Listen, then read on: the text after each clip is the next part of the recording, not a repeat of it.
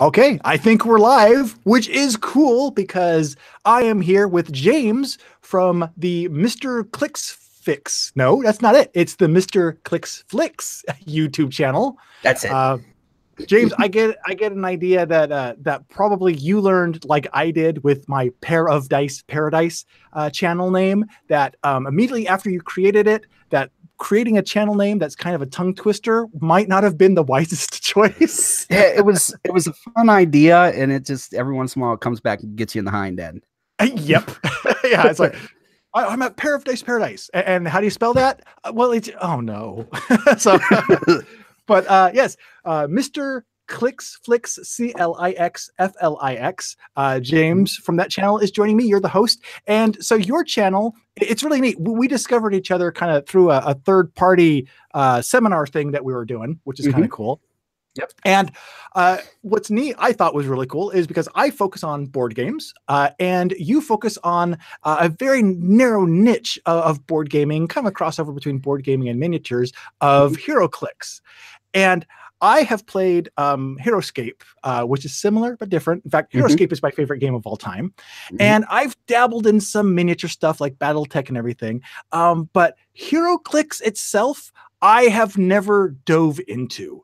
I couldn't sit down and teach how to play it. I'm not that familiar with it. So I figured what a great opportunity to kind of spread my horizons and the horizons of any viewers that are watching to kind of learn some more about HeroClix, about this neat game, and see what it's all about. And I thought, what better person than someone who has a whole channel that is just dedicated to it.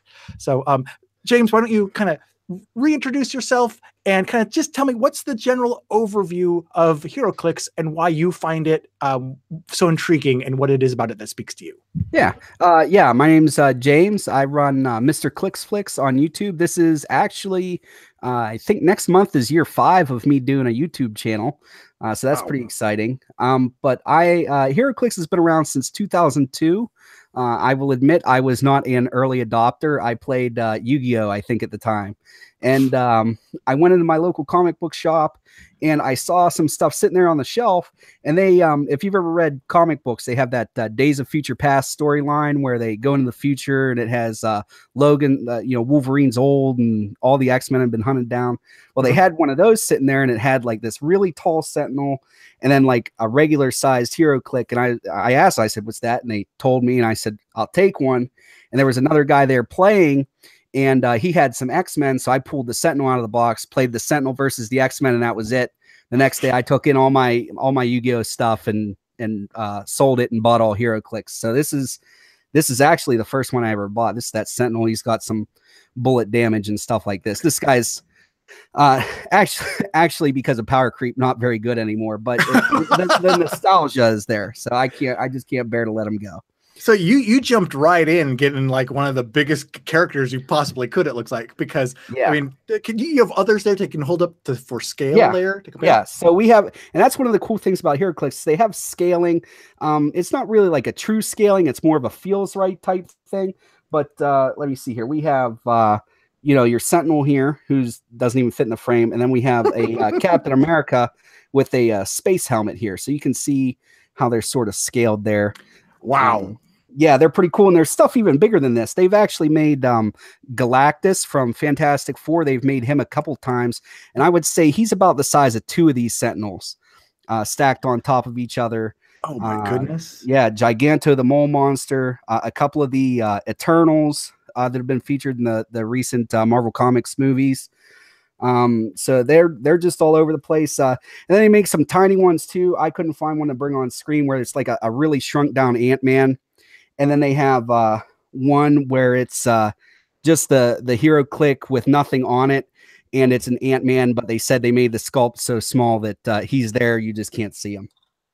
Wow. So the table presence for HeroClix, when it's all set up and going, must be insane. So is it kind of squad based, or do you get a certain amount of points and you create an army? How do you kind of develop and create your team and go into a game with it? Yeah. Okay. So it is it's on a point system. So each figure has a certain amount of points associated with it. This Captain America that I showed earlier is worth 65 points.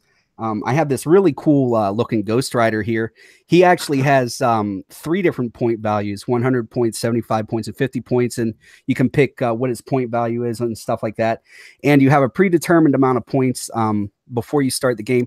Typically, it's 300 points. When you get a lot bigger than that, some mechanics start getting just a tad wonky, but some people really like doing it. I like doing it because then you can get like a bunch of those colossal figures or every Avenger that's ever been in a comic book on a team.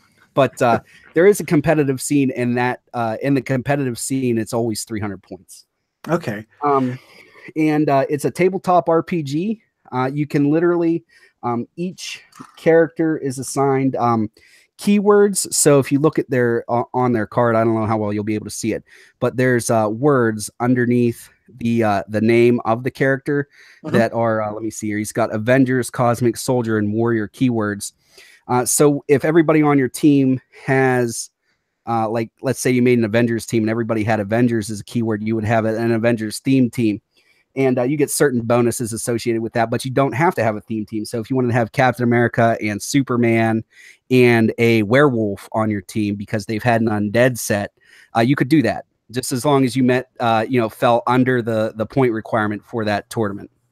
Okay, so you can totally mix and match themes and everything. That's okay. Yeah, wow. It really is sky's the limit. Cool. We have a couple of questions actually trickling in through the live chat. But before we get to those, I'm going to get to those in just a moment. There was the big other thing about HeroClix that I wanted to kind of introduce and cover first is one of the things that seems to make it unique, which is the bases, how they click to the different values and such. And I've never actually figured out how that works. So what's the big idea with the neat twisty bases? Okay, well, you remember how earlier I said that it's a tabletop RPG role-playing game, so like Dungeons and Dragons, stuff like that. And I have, unfortunately, I've never actually played Dungeons and Dragons. It's on the bucket list. Right. But anyway, when you do that, you got to keep your stat book and things like that for your character. Yeah. Well, the thing about this is on the dials. If I can maybe find one where it's not all obscured here,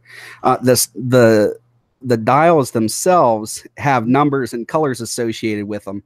And so you'll have a certain number next to like a foot, and that's your speed symbol or your speed value. Then you have another number with a fist next to it, and that is your attack value. Another number next to a shield, and that's your defensive value. And then another number just to the right of the defensive value, that is your damage value. And then that can be based on the size of the character. That can be a bunch of different symbols. So what you do is all your stats are right there on the dial, and each color designates a specific power. And then what happens is once your character takes damage, rather than jotting it down in your book or whatever, let's say that somebody dealt stature. This is Ant-Man's daughter in the comic books. So she'll be hopefully in the movie soon. And so let's say you dealt her 3 damage. You would click the dial 1, 2. Here we'll get it. 1, 2, 3 times. And then whatever stats were on her dial now, because it did change, are the new stats for that character until she gets to a KO click, at which point she'd be knocked out and placed outside the game until the game was over. Okay, so that prevents having to put counters on the table next to all of the characters and stuff like that, because it's right there on the base. Yeah, the only thing you have to do for the characters as far as counters is action tokens, which a lot of people just use poker chips and set them under the character so it doesn't take up much table space. And then that just lets you know that characters can generally take, there's other rules, 2 actions, and then they have to take 1 rest turn. Okay. So what you do is you just put your 2 tokens under, one turn, 1 the next turn. So you got 2, and then you remove them both after your next turn so that you know that character rested. And then you can continue the next turn using that character. And then other than that, occasionally you do have to put a token on a character card to designate like some kind of poisoning effect or consistent damage. But yeah, the stats and special powers that are that just regularly come with that figure are on the dial, which makes it pretty unique. There is a powers and abilities card that you can download for free if you wanted to get a copy of that. Or what I always tell people if they're looking to get into the game is buy a starter set. There's a new one out right now. I don't know if you can put a link in the description for like an Amazon affiliate link, but the newest one that came out was for the Mighty Thor HeroClix set. So it has each regular Avenger, but with like a special Asgardian twist on them. And it also comes with a new rule book and a nice laminated powers and abilities card, along with 2 dice, because you need those to play the game in a map. So everything you need to start the game is in that starter set. Oh, nice. Okay, so they're because I've seen them sold as singles a lot. Yes. But so it's nice that there's the packs as well. I was going to ask you, have you ever played a game called Star Trek Fleet Captains? It was developed by WizKids a few years ago. I never played it, but I know of it. Yes. Okay, because it has like little plastic ships and stuff, and it has the HeroClix type bases on them. And I never really knew if they were actually the same HeroClix design, or if it was just like inspired by it. But so I was wondering if you're familiar. Yeah, it's supposed to be the same thing. They say officially they're not compatible, but I've seen people play them with the USS Enterprises versus Galactus. I've seen it. That would be pretty cool. Yeah. All right, cool. Okay, so that kind of gives a good overview, kind of scratches the surface. There's some more questions about the way it plays and stuff, but I think some of the questions that have been coming in the chat window are going to cover some of the next questions I had anyway. So I'm going to start feeding you questions from the chat here. It looks like we have half a dozen so far. Okay. So let's see here. The first thing, first set of questions comes from Trevin, who's the first person to join us in the chat.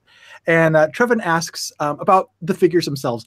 Are the figures collectible in that there's some common, uncommon, and rare ones? Yes, they totally are. This is sort of like if you've ever played Magic the Gathering or Pokemon or stuff like that. There's that collectible element. Each figure nowadays has it'll either be white, green, silver, gold, or bronze color, and it'll be a little tab, if I can get the light out of the way, right there. Okay. So this one has a white on it, which signifies common. This Captain America has the gold color, which signifies super rare. Let me see here. This giant-sized Hulk, who is thrashing around a tank turret, has green, which is uncommon. And then the rare is silver, and the chase figures are bronze colored. Okay. And is it does that affect, like, are they still balanced the more rare they are, or are the rare ones a lot more powerful? They typically have at least one figure in the more common spots that is really good, but you'll typically find the bulk of what would be considered good in the rare and super rare slot. But there's always, you always got to keep a lookout, because there's always like 3 or 4 in that common uncommon slot that are a must-have figure. Okay. Okay, it's good to know. Yeah. Okay. Trevor had a couple more questions about terrain. So what's the terrain / board supposed to be? And he has a follow-up question on terrain of, are there official rules for playing on HeroScape terrain, or does everybody just do that? I haven't seen official rules for HeroClix terrain. Here, hold on 1 second. Let me grab a map. I wasn't anticipating this kind of question. Just 1 second. We'll be right back as James grabs a map, and while he's getting his nice cartography visual aid, I want to remind everyone that I welcome your questions, so go ahead and put them in the chat, and as soon as he returns, we'll continue with more questions. All right. And now here's James. So we got here. They have these nice neoprene maps, these quote unquote premium ones that you can buy, so they don't really shine too bad in the light. But anyway, for HeroClix, they have a terrain designated with these green lines is hindering terrain. Okay. So like bushes and stuff like that would slow somebody down trying to vault over them. This particular one has a rooftop. So it has this red line, which indicates an elevation point. So it would be the top of a building. Some of them have as many as 3 or 4 elevations. Okay. Let me see here. And there's this brown coloration, this line, which indicates blocking terrain, which is something you can't shoot through. You have to work your way around it. Okay. And it looks like actions to destroy it. And it looks like it's a square grid. So, because I wasn't even sure if it was square, hex, or just like, you know, a ruler. Yeah, these are square. They're a little over an inch. I think they're like 1 1/4 inch squares. And they are, let me see here. This goes A through P for width, and they are 24 squares long. Okay. So that they give you a good couple of feet range here to it's pretty big. Yeah, it's like almost 2 feet by nearly 3 feet. So now, is that like the standard tournament size, or is that just the recommended? Hey, we made a map that's 2 by 3 feet because we have the material for it. Well, they do make special maps for what they call battle royales, which are true squares. And those ones you play for. It's a 4-man game, everybody for themselves. But those ones are different. You don't typically use those for tournaments. What I held up is what everyone uses. Okay. And actually, are there, when you play, or the kind of what the materials that they've created for it, is it usually just like last man standing or point objective based, or are there other scenarios that have been developed that might be more scenario or campaign or story driven? Okay, they do have scenario packs, and I believe in the starter set they have some scenarios too that you can play with. But in a typical game, what it is they set up a timer for either 45 or 50 minutes, and then like I said, each character is assigned a point value. So, like, let's say you knocked out my Captain America, you would score his 65 points. So at the end of the game, let's say I didn't knock out anybody on your team, and he's the only guy you knocked out on my team, you would win the game 65-0. That makes sense. Yeah, that totally makes sense. So if you go in and you spend all your 300 points on one big character, so you basically, the only way the person is going to get any points against you is if they take out that one huge character. Yep. Okay. Yep. All or nothing strategy. I've seen that before. Okay. Next question on the list here is talking about when a new figure of the same character is created. When a new figure of the same character is released, is the old figure not allowed anymore? Is it kind of like the Magic Legendary system where you can only have one instance of a named character in play at a time, or how's that handled? Okay, well, so they typically make a lot of like Captain Americas and Iron Mans and stuff like that because they're really popular characters. Now what they do is they work on a 2-year rotation system. So generally, not always, once a set's been out for 2 years, every June they come out with a list and they say, okay, these several sets are now going to be 2 years old in June, so they're going to be retired. And then what they do is they have a Golden Age format, which is everything that's ever been retired. Now they don't support that really, but a lot of venues do play Golden Age, so it is worth it to have those old figures. But you're not going to go play like a World Championship for Golden Age. It'll always be the 2 years worth of most recent sets.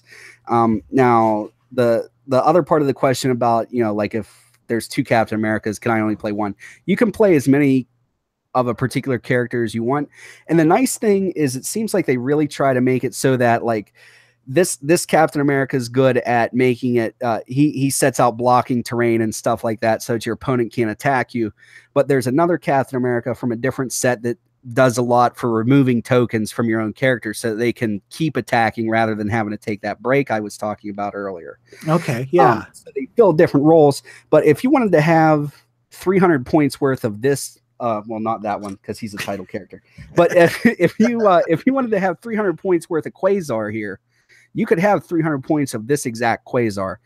There's no rules like that. The only time that you can only have one of a particular figure on your team is if they're a title character, which is, if you're familiar with Magic the Gathering, the Planeswalkers, where they have, you give them tokens and you remove them and they get special abilities. Yeah. You can only have one of those on your team. Or you can only have one copy of a unique figure. So this Mangog here from the Mighty Thor set has this silver ring around his base, which means he's unique. So if there was another figure named Mangog, I could have him, but I couldn't have another of this same Mangog from the same set number. Oh, I've seen those little dashes around them, and I always thought it was just like a design change over time or something. Yeah. Okay. That makes them unique. Yes. All right. Another question that came in here, which is a one that I've wondered about myself, is: are you always buying blind?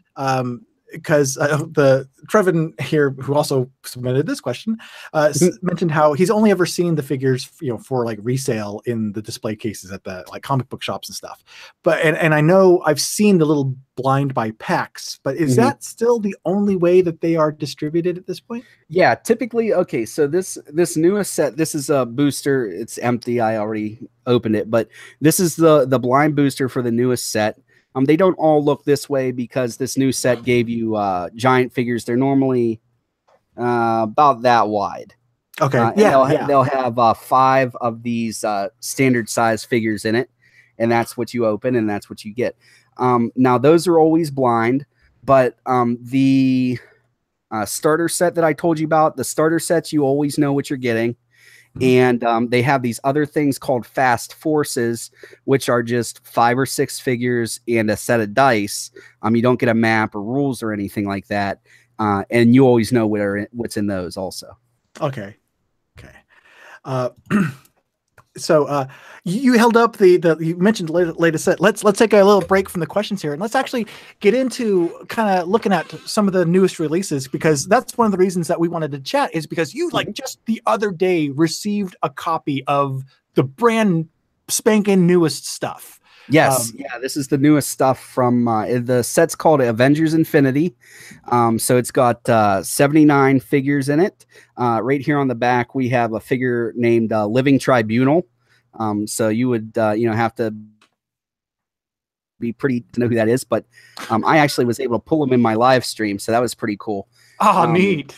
And then you have, let me see here. This also has Guardians of the Galaxy Infinity Watch. Then it has these guys here on the cover. I see there's Thor, Quasar. Let me see here, Photon and Moondragon. Those people are all on the set. And then we have the regular Avengers, and then Devil Dinosaur and Moon Girl, and a Spider Buggy. So anybody that liked the Logan movie, that's from a comic book arc called Old Man Logan, where a blinded Hawkeye that's old and a old Wolverine go on basically a road trip to distribute I'm trying not to give spoilers, to distribute a thing to try to bring heroes back to the world. So it's a very good comic book if you ever get a chance to read it. But the Spider Buggy was one of the things you could pull in this set. So I was fortunate enough to get that. And then you have cool stuff here like Giganto and Namor, Namor the Submariner and his monster Giganto. But yeah, that's pretty much what was in there. A bunch of cool stuff. This had a bunch of Avengers stuff, a bunch of cosmic theme stuff. There's a Thanos in here that I wasn't able to pull yet. That was pretty cool. Just a really awesome set. I wasn't super excited about it when I heard it, but then after I started seeing more and more what was in it, I got on board pretty quick. Wow. Does every set similar? How Magic, when they release a new set, they'll introduce new keywords or mechanisms and such. Is this the same thing? Does every set introduce something a little bit new, a new twist on it? It seems like probably every 6 months they'll take a set and put something new in it. 6 months to a year. I think the newest thing they put in were the title abilities, like the Planeswalker stuff. And I think that's a little over a year old. They went back in 2017 and streamlined their rules. So that 2017 rule book and powers and abilities card is really important. And they tried to make it easier for new people to pick up, because the rules had gotten to a point where it was really difficult unless you had like a lot of time on your hands to pick the game up. So they really made it a lot easier to learn. And then something you used to have to do was memorize the dials, because you didn't have like a way to to know what was on there, and you weren't allowed to click forward even on your own guys. So what they did with the new cards, you know, and they list what powers you have on there and special abilities, but actually on the back they put your dials on there for you so that you don't have to memorize them, which really helps out new players. It's got your team abilities there, so that Avengers team ability gives you +1 movement. So just a really cool. They redesigned the cards. I like it a lot. There was a bit of an uproar over it, but I think everybody ultimately decided it was for the best. Well, you mentioned that is a really nice tool for new players, and you know, another thing that can be a barrier for new players, especially in a well-established minis game, you know, like this, is the fear of having a pay-to-win environment. So another question that came in is, you know, could I, as a brand new player, just go buy a bunch of used commons from a friendly local game shop and have a good time? Or do I need to invest in the fancy figures to really be able to compete legitimately? Well, you can always just buy whatever you want and play whatever you want. If you want to run a Fantastic Four theme team till the wheels fall off, you can do that and just have a blast doing it. Now, if you want to get in the competitive scene, for like the easy stuff that everybody knows about, there's a little bit of a pay to play.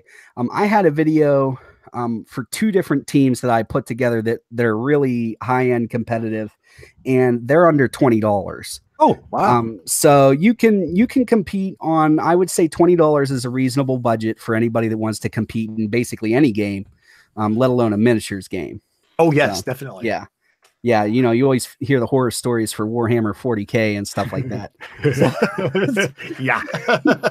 But yeah, you can, I mean, I've seen teams that were $400. I've seen teams like that I put out there to try to be budget minded. They're, you know, $15 to $20.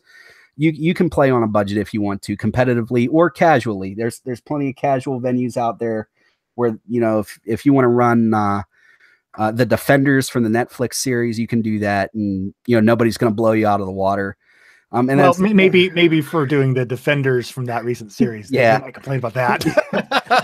Well, I'm sorry. I was thinking Inhumans. Defenders is okay, but the Inhumans one, absolutely, that's right out. That hurt me because Inhumans is one of my favorite of all time, and it hurt me bad. Oh, I'm so sorry. You have my condolences. Yeah. Okay, got a couple more questions that have come in.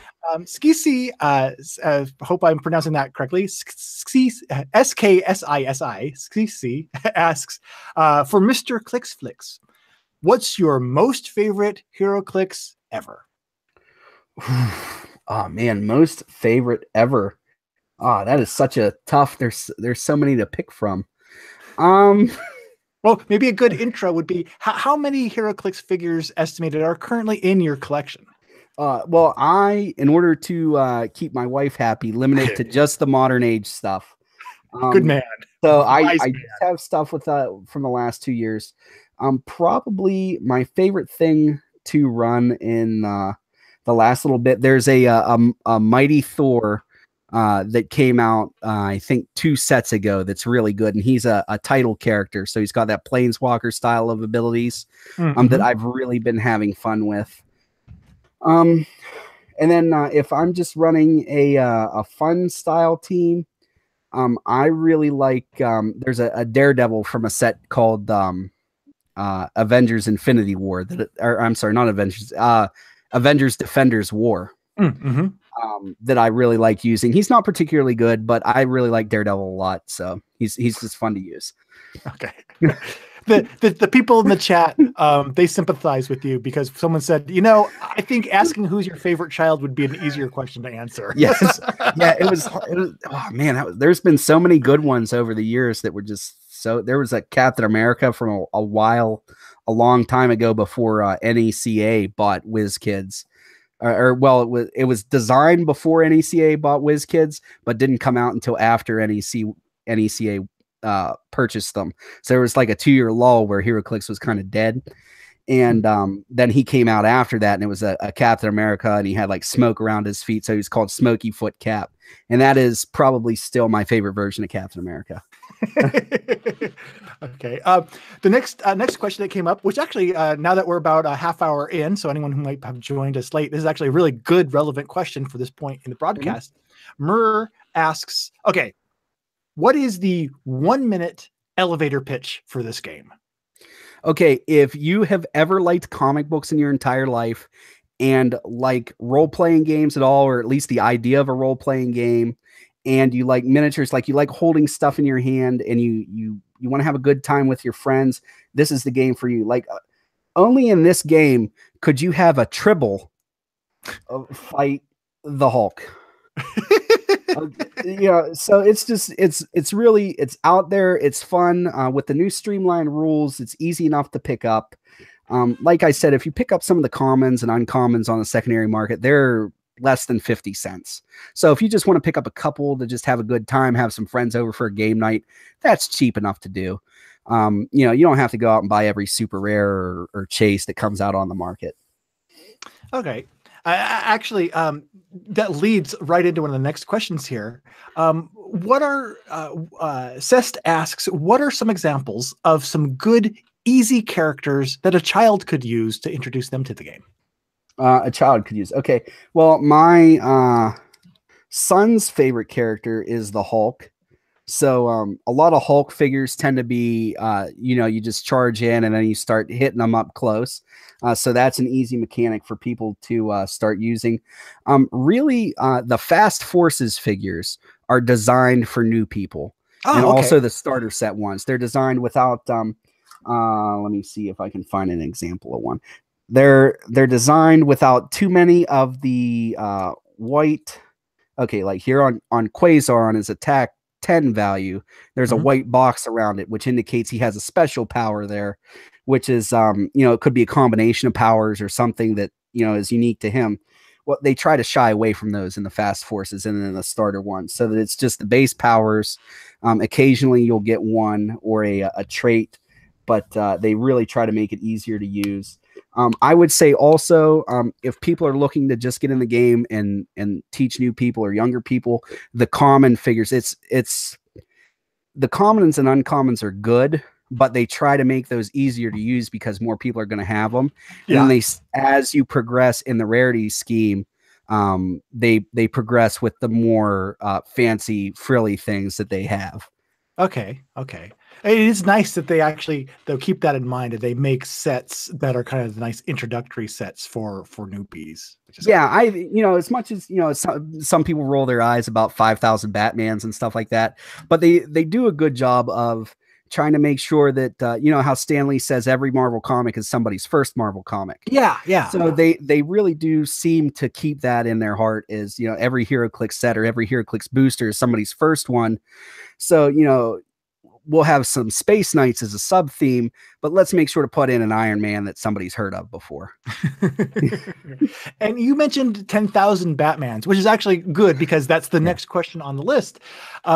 Someone mentioned, you've really discussed Marvel characters only to this point. So they're wondering, is it all Marvel or any DC HeroClix? Are there just as many, or is it different for licensing reasons? No, they have, I'd say probably just as many. It's just, I like Marvel comics a lot. So that's what I typically do is I'll really buy into a Marvel set. Like I'll buy a blind case, which is 20 boosters.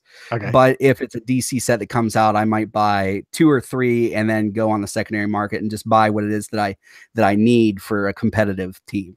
Okay. But other than that, but they do, they pretty much, they alternate, whereas every 3 months, or 2 months, you'll have a DC or Marvel, and then 2 or 3 months later, you'll have the opposite of whatever that was. Okay. And then they also have other licenses. They recently acquired 2 years ago. They did Teenage Mutant Ninja Turtles. They finally got, and they had stuff from the comic books, the cartoons from the 80s, the newer cartoons and stuff like that. They've had Assassin's Creed, Street Fighter, BioShock. So they really have been trying to branch out in some of them. Pacific Rim, the first Pacific Rim, they did figures for it, which I really liked. But yeah, actually, they have all kinds of stuff. You actually answered the next question I was going to ask, which was just, what's one of the strangest IPs you've seen them adapt and license? Yeah, probably BioShock, or no. It was what's the it's the band with Creeper Eddie. The heavy metal band that Iron Maiden. They did a whole set of yeah, Iron Maiden clicks with Creeper Eddie covers as the figures. There was only 10 of them, but that was probably the weirdest one. But it was just neat. It was neat to see. that is cool. A bit disturbing. Yeah. For the Teenage Mutant Ninja Turtle ones, did they make different molds? Like, did they have the old style from the comic book, and then different, like a set that was molded to look like the animated series from the 80s, or was it just like one Teenage Mutant Ninja Turtle set? It seems like they have each set sort of has two different eras of turtles in them. So like the first set that came out had whoever's printing it now, Mirage or is printing it, I think. I'm sure somebody will tell me I'm wrong. But it had those ones, and then it had the 2012 Nickelodeon cartoon ones. And then the set that came after that had the 80s cartoon ones, and I think it had Space Turtles. So that was the 2012 Turtles again, but they have a season where they're off in space, so they had their spacesuits on and stuff like that. And they actually have a new one coming out next month. It's going to have these figures that look like they're 8-bit, and they're from the arcade games. The name of the set is Turtles Unplugged. So they're going to have some that look like they're 8-bit 3D printed 3D 8-bit figures, and then they're also going to have other regular looking, as regular can be, Teenage Mutant Ninja Turtles. That's going to be so cool to see. Yeah. So is it just the Turtles are making the 8-bit, or are they going to apply that to multiple? I saw that they had a Bebop also. So I would assume that I saw a couple Foot Soldiers too from the video games that had the 8-bit treatment. So we'll see. I haven't seen too many previews about it yet. Okay, cool. All right, I'm going to let some more questions in the chat accumulate here. So again, if you are joining us, feel free to post any questions you have in the chat. I'm going through and I'm asking them to James. Actually, just before I switch gears, there is a follow-up question. So asking, the figures are in 8-bit, so they are actually like 3D miniatures that are made out of little cubes. That's what it looks like. Yeah, I haven't held one, but that's what the screen images look like that we've been provided. That's so cool. Yeah, it looks wild. I wasn't sure how I felt about it at first, but the more I see them, the more I warm up to them. And at the very least, they're trying new things, which I'm always on board for trying new stuff. Even if it turns out that this was a bad idea, I like that they were trying something new. Absolutely. Okay, so getting back to the game in general for a little while, you mentioned, I believe you said that the typical recommended point value is putting together like a 300-point team. So when you do that, what's the typical average length of a gaming session when you're using teams of that size? Well, typically, I mean, everybody always sets up a timer, so it's always 45 or 50 minutes, and then it takes that, and then depending on what style of a team you run, because there's there's the basic style of team where I always tell people to start off with, where you got one guy that's good up close, so somebody like Wolverine. Somebody that's good at range, so somebody like Cyclops, somebody that can move your team around like en masse, like can pick up more than one person, and then somebody that has there's 3 really good support powers in the game called probability control, outwit, and perplex. So they're I hijacked it from another channel called Alpha Strike HeroClix, and so they call it pop. So I say you need to have 2/3 of a can of pop on your team. If you have 2 out of those 3, you got a pretty good basic HeroClix team on your hands. And then, depending on, skill level of players, everything being relative, it seems like it takes about 30 minutes. But if you get in a real heated game, it's easy to take up the full 50 minutes in a round. And then in a typical tournament, there's 3 rounds. Okay. And then, you have your nationals and worlds and stuff like that, where it's, easily 8 or 12 rounds. Okay. But in the typical suggested just play setup, it's always recommended. The game was kind of designed to be timed in that way. Yeah, it is. Now I have played sometimes where, me and a buddy just sit down and, we're having some pizza or whatever. And we're like, hey, we're going till last man standing. And, it could be an hour. It could be 10 minutes if somebody's really not trying. But it's a good time. It's nice that it's kind of open like that. It doesn't get broken the game doesn't break if you take longer than that. It's just, That's you know, for brevity's sake, in a tournament setting, they tell you that it's 45 or 50 minutes. Okay. Another question came in here. This one from Assessed, who has kind of the interesting approach of, have you ever decided to try and play with another person using terrible characters each? Oh, where we both just played bad things. Yeah, there's there's actually a tournament design that floats around sometimes where it's you build a team, but you can't play the team you brought. Like you play somebody else's team, so everybody just ends up building a not very good team, and you got to limp along with whatever that was. Oh my gosh, that's an awesome idea. Yeah. So I have played with an intentionally bad team before. You know, and then if I'm playing some new person, you know, I try to, you know, play some stuff that they can understand. You know, not trying to stretch the rules here. That makes sense. Okay, I'm gonna give the chat one more kind of breather chance here to get some more questions in if they want. And what we're doing now, I'm gonna switch gears again a little bit. Let's talk about your channel and the content that you produce. Because again, you have a channel that's MrClixFlix, MrClixFlix, MrClixFlix, and you said that you now are in your 5th year of doing YouTube content. Is that right? Yeah, coming up on my 5th year. I saw there were a couple YouTube channels out there whenever I was starting to think about putting mine together, and I thought, you know, it looked like there were, at that time, there were people offering like some high-end advice for, you know, if you wanted to go play in the World Championship, they had stuff for you. But there wasn't anything for, like, you know, to get people started out. And there wasn't anything, there's a huge gap between starting off and getting to that world level. So I was like, you know what, I'm good enough. I can bridge this gap for a lot of people to make it so that, you know, if they get to that point, they might not be able to win, but I can at least get them to where they understand what they're going to play and, you know, have an idea of what's going on, rather than just go and get, you know, beat on and then never want to play again, because ultimately you want people to play the game, stay in the game, grow the game, and then, you know, everybody has more stuff to play with. Okay.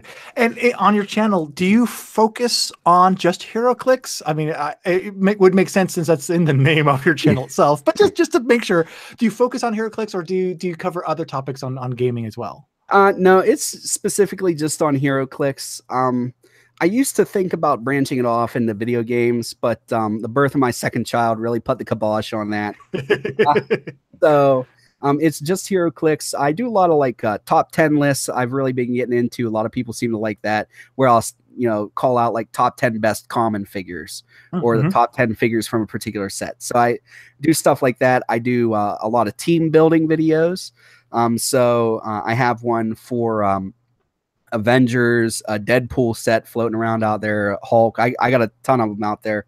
And then I also have, there's some like base strategies. So there's like an Alpha Strike team, a TK Yo-Yo style team. They're like the sort of intermediate strategies that you would use to get from beginner to World Championship, where like those World Championship teams have 1 or 2 elements of these style of teams. So you need to learn those styles. So I put out, you know, the base elements for those styles of teams.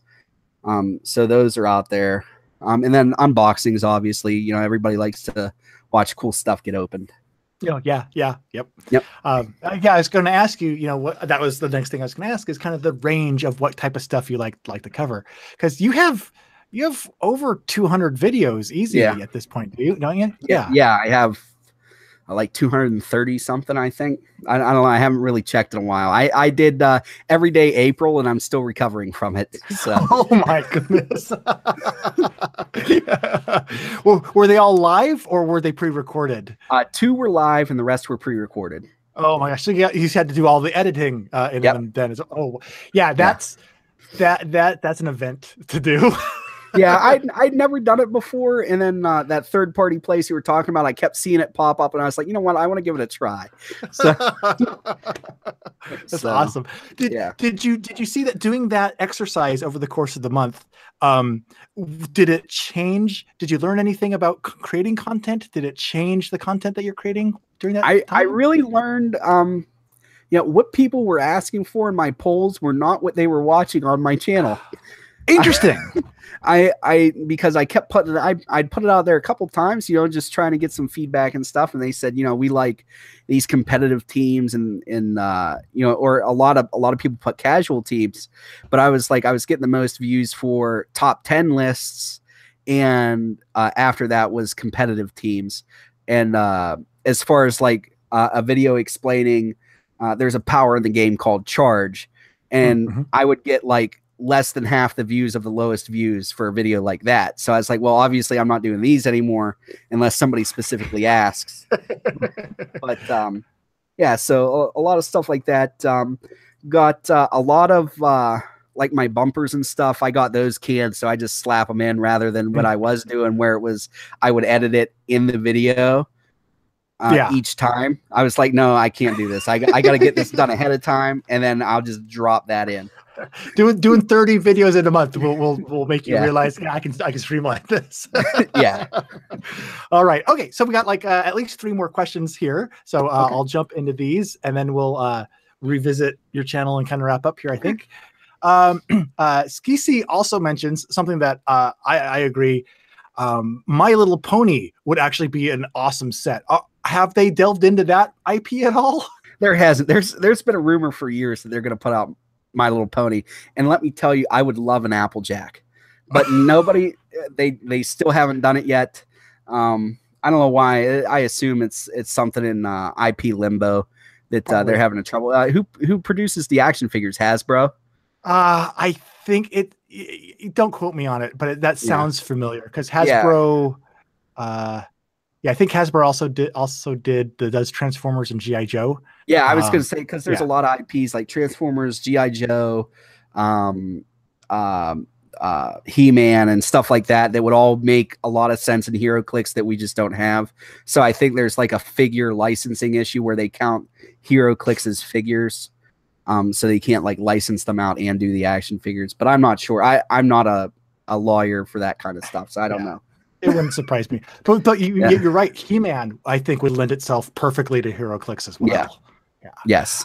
That's what I did. I did a video a while ago that was top 10 HeroClix sets I wish were made, and that was one of them. There you go. And I think we just answered another question from Cest, which was the best way to bribe a child into playing. And I think we just came up with the My Little Pony stuff and everything. Yeah. So. Okay, let's see. The next question is, you've touched on this a little bit, but kind of just a brief overview. How has the game changed over the years? How has it evolved?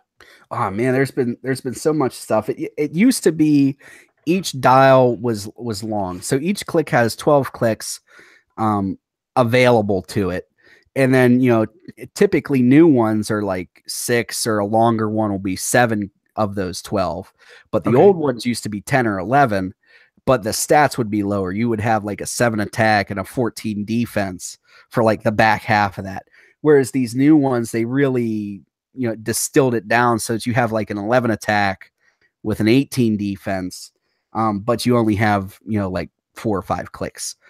So that's probably the biggest change they've made is they really distilled some stuff down.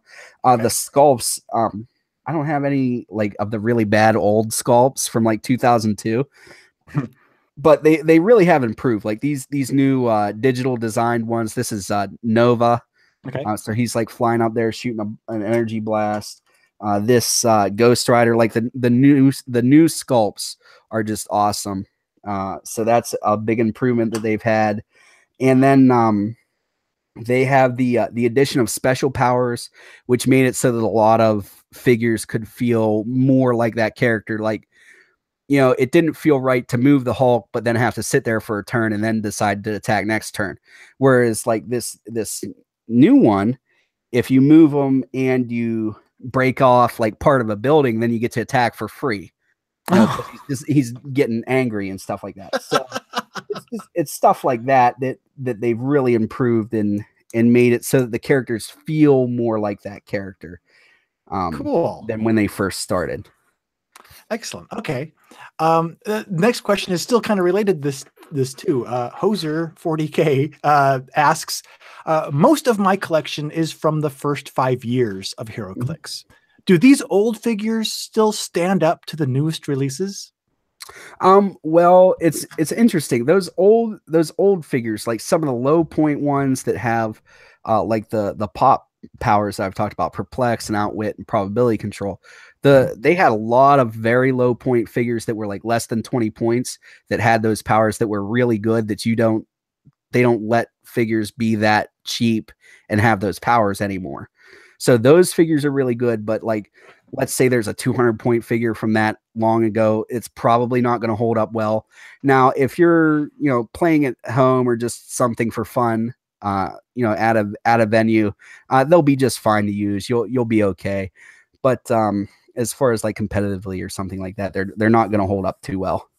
Speaking of competitive stuff, I know we've talked about the 2-year cycles and stuff like that, which is really similar to how Magic does its standard format. Another thing, though, that happens with Magic, every now and then they'll produce a card that they're like, whoops, we didn't thoroughly vet that, and it goes onto a banned list in current tournament play. Are there any HeroClix figures that they're like, whoops, and have been banned? Oh, man, there was a huge... like 2 years ago, there was a big thing. There was a character from DC called Felix Faust. Okay. And he had a special die that was 20-sided that you could roll. And then depending on what came up, you could basically make it so that your opponent couldn't do anything for a turn. They literally had to just sit there. So they changed some powers around at first to try to make it so that they could still play him. And then ultimately they decided they didn't ban him. They sent him into early retirement. So they did that. And then every once in a while, they'll let one slip through. And what they do is they have something that they call a watch list, and they have it every quarter. So they'll put a figure on there that they think's a little too powerful that keeps showing up as the top figure. And they'll go through and maybe rewrite a line of text for that figure that makes it so that it's, it's maybe not quite as potent. They'll come back and say that we came back with that. Yeah. Now that's a little bit troublesome, a new character card. So you'd have to like go online and know that and be into it. But if you're playing at home, it's not a big deal. But yeah, they do have that watch list stuff. They've only banned that one figure that I'm talking about. But yeah, the watch list that was invented about 4 years ago because there was a figure that would let you spiral from the X-Men. She's from Mojo World. She would let you teleport from one end of the map to the other, and then you could still attack with somebody. And you could attack. It was like 2 or 3 times in a row, and you would KO the entire force. Yeah. Yeah. So they watch listed all that stuff and fixed it for us. Cool. Okay, I think I'm gonna wrap up with one more question here that I wanted to ask. So you obviously have a depth of experience with HeroClix, which is just awesome to be able to pick your brain, because I mean you're the polar opposite of where I'm at. So this has really been really helpful and great. So, but I'm just wondering, looking back at your current history that you've had with HeroClix and all the games you've played and all the stuff you've done with it, what is your favorite HeroClix experience or memory? Oh man, there was this I'm trying to think of what exactly happened because it was like a series of events, and there was it was my Captain America versus an Ultron. And so, Ultron from the MCU is this really powerful guy. And I was down to just my Captain America, and he had been whittled down. And, all my Avengers were dead. It was just him versus Ultron, just like in the comic books. And his Ultron hadn't been hit. I hadn't done very well that game. And he just kept not hitting him for some reason. The dice just got upset at him. And so he kept not hitting him. And I slowly made a comeback with just Captain America. That was so and the he had the probability control power where you have to re-roll your dice. So for the last attack, I had to roll, and I hit, and then he made me re-roll, and I got a 12, which is called a critical hit. So it dealt extra damage. So That was probably my favorite moment there. But that stuff happens all the time. That's why this is such a fun game. It's you know, if you're willing to try to be a little bit lucky for fun games, it can be a lot of fun. That's awesome. That it sounds like it leaves you with a lot of great stories, and that one in particular that you just shared, not only is an awesome story, but is thematic as well. Right. Yeah. Yeah. It's a lot of fun. I really like tabletop. Yeah. Like I like video games, don't get me wrong, but I do like the tabletop experience of, you know, sitting down with a friend or maybe somebody you don't know that's going to be your friend after you play. And, you know, you just get to talk and interact with a person face to face. I think it's really good for people to be able to do that once in a while. Awesome. I agree. Totally agree. Okay. So, last quick question here, actually, because it's from Skiski again, who just says, your artwork is awesome. Do you do all of that yourself or do you hire someone? Actually, I was lucky enough. My wife went to college for graphic design. Ah, so that was one of her bargaining chips. But yeah, at first I just kind of flopped along and put up whatever thumbnail YouTube would, you know, post, say, hey, use this thumbnail. And then probably 2 years ago, I really started to try to investigate, you know, how to make my channel better and more professional. And happened across that third party person that we've been talking about. And I was like, hey, would you be willing to, you know, throw me a bone here and help me out? And she's actually been really excited to help. And she's been designing t-shirts for my channel that we sell and stuff like that. So it's been a good experience for her. And I think it really makes the channel look better. Oh yeah. Our channel has this nice cohesive, nice graphic look to it. And also lends itself to, you know, the subject matter as well. It matches. It's really, you did a really good job with it. Yeah. Thank you. All right. So actually, speaking of your channel, why don't we wrap things up by go ahead and plug your channel, Twitter. Where can we find you? Tell us all about where we can scoop up more interaction with you and more. Yeah. If you want to interact with me, you can well, subscribe to my channel at youtube.com/MrClixFlix. I'm there. I try for 2 uploads a week. I'm pretty successful at it. I typically do Wednesday and Sundays, but occasionally life throws a monkey wrench, so it might be on like a Monday or something like that. And then you can also, I have a Facebook group. If you just type in MrClixFlix, it'll pop right up and it'll have the same channel art. So it'll be pretty obvious. And you can follow me on Twitter at MrClixFlix. Excellent. Cool. Thank you, James. It's been awesome getting a chance to sit down with you. I mean, we met, like I said, we met in this third party type of thing for YouTubers a few months ago, and we've been chatting a little bit in Facebook. But this is the first time I've actually had a chance to actually have a conversation with you. And yeah, no, it was great. A blast. Yeah. We gotta stay in touch and do more stuff together because not only was it really interesting and fun, but it also, as a gamer myself, I can tell, you know, it has broadened my horizons a bit, which is, you know, what it's all about. So this is great. Yep. Yeah, I had a great time too. Yeah. So yeah, thank you for joining us. Everyone check out MrClixFlix's channel and give him some support and love over there because he does a lot of work and produces some really good content. And thank you all for joining us. And until next time, I've been Chaz from Pair of Dice Paradise, and talk to you again real soon. Take care.